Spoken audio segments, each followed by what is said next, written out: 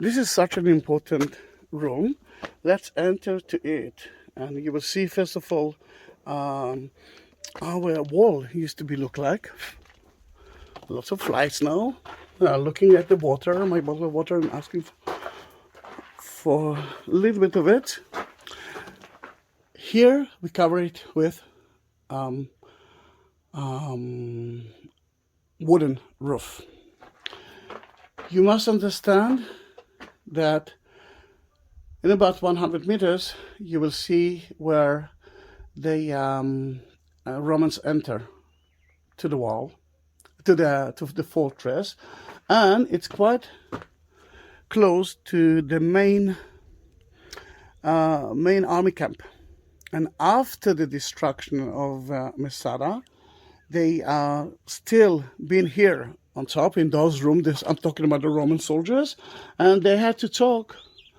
But they could talk from here to the main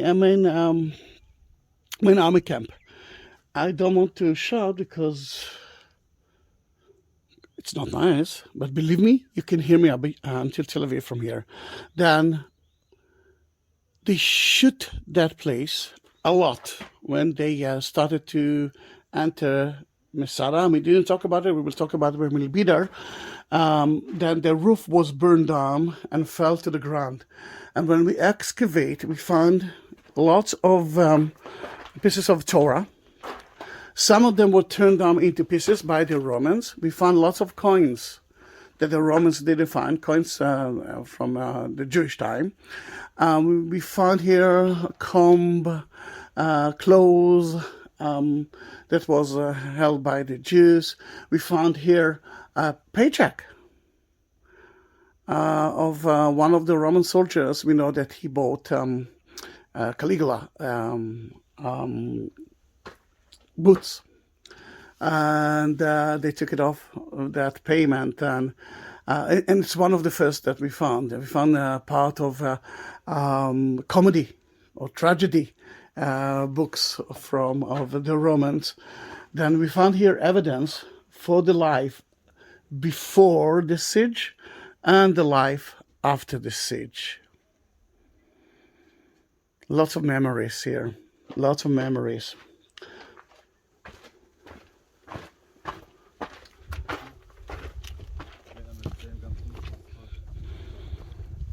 Remember, everything was green here.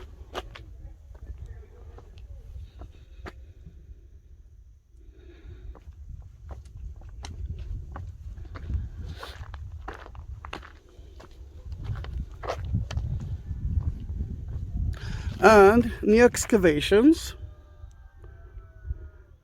new excavations are here, and that connected us to the last story of Masada, and we will talk about it when we'll deal with the siege. But it was the agriculture area at the time of the Romans and at the time of the Jews. Then we are talking about food, fresh food, and dry food as well. Dry fish, salty fish, dry dates. But this is part of the agriculture, columbarium, dovecot.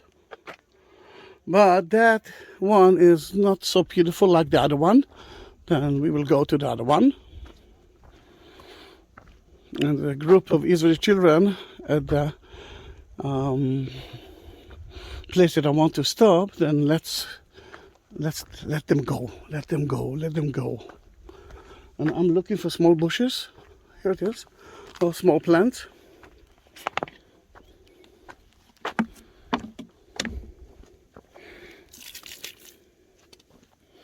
Here you are. Oh. And there are more here.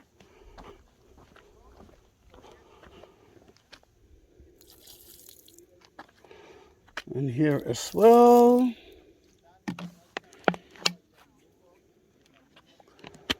Here it is.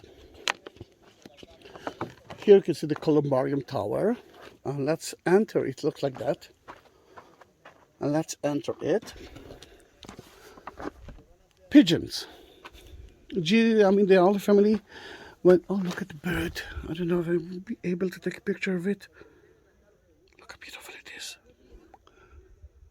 It's look like a model.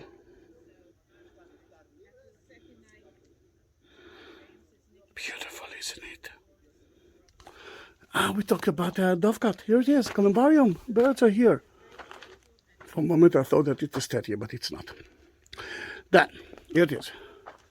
What we are using pigeons for, sacrification at the temple. The whole family did it as well. Post. And food, stuffed pigeon. And with number 2 of them, that we are fertilizing the fields here. Then here it is.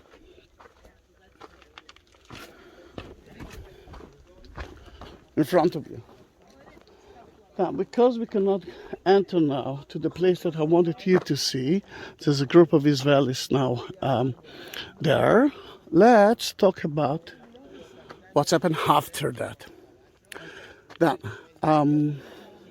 the Romans were here for a few months to check that the Jews are not going back. We are talking about 73, 74. We don't know exactly the year of the attack. And the attack took them only 3 months.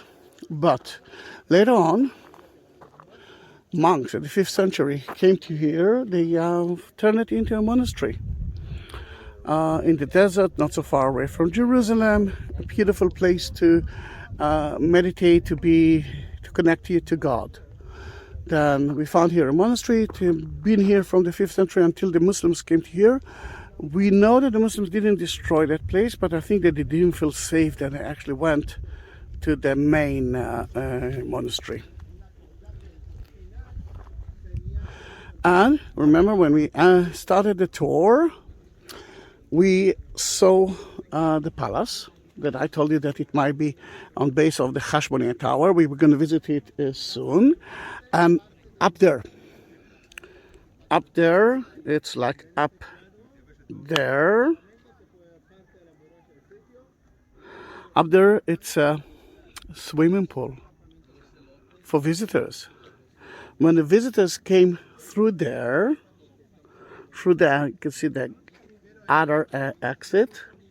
When they enter, they took them to enjoy the water because it's cold, it's hot here, to refreshment together with wine, and then they started to deal with them. Today, I forgot to mention the Geniza room. Remember when we found some of the Bible pieces from the Bible. Nowadays, there is a rabbi who write a Torah scroll, and the Torah scroll is written by hand. Then he writes it, and they use it for the new synagogue that they built here, and they're having a lot of weddings and bar mitzvah ceremonies, which can be a very good idea. They are living, and we can go in. The group is slowly leaving the site, and we still have water. And let them go and let us water it.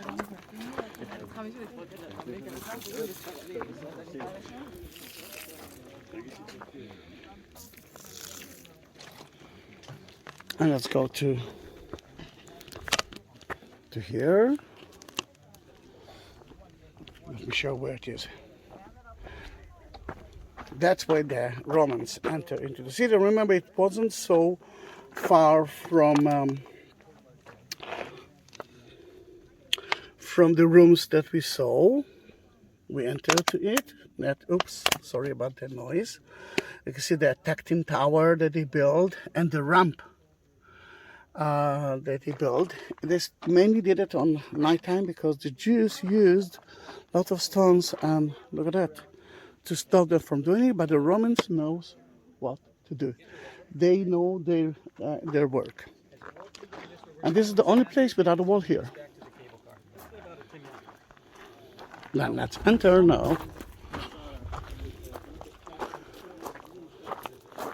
Now we're talking about 74, 73 AD, and guess what? We can see the siege wall in front of you.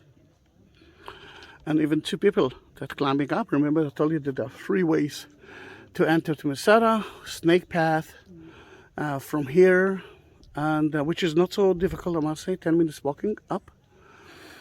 And that's the reason the Romans decided to build the siege wall here. Siege wall is made of a lot of wood, a lot of sand, and most of the people who did it were the servants. I'm talking about the Jewish servants. At the beginning here, the people asked themselves, should we kill them or not? Because they are already servants, they are not free men, and we want to be free. At the beginning they didn't, but later on when they realized that the Romans are very serious, they started to do that. Then the Romans switched themselves into night work. Artillery of the Romans actually hit the rooms that we've been here and that area as well. Then from here they enter, but when they enter, what they heard is silence.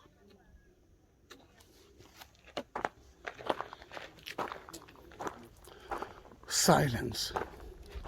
Around 1,000 Jews were already dead. 2 women and 3 children hide themselves in one of the water systems here, but of course the Romans found them. I'm sure that they actually told the Romans what's happened. I'm not sure that what's happened to them. Josephus Flavius, Joseph ben Mattathieu, didn't mention it, and I'm not sure that I know the answer, because this is one of the questions that everyone asks me. Then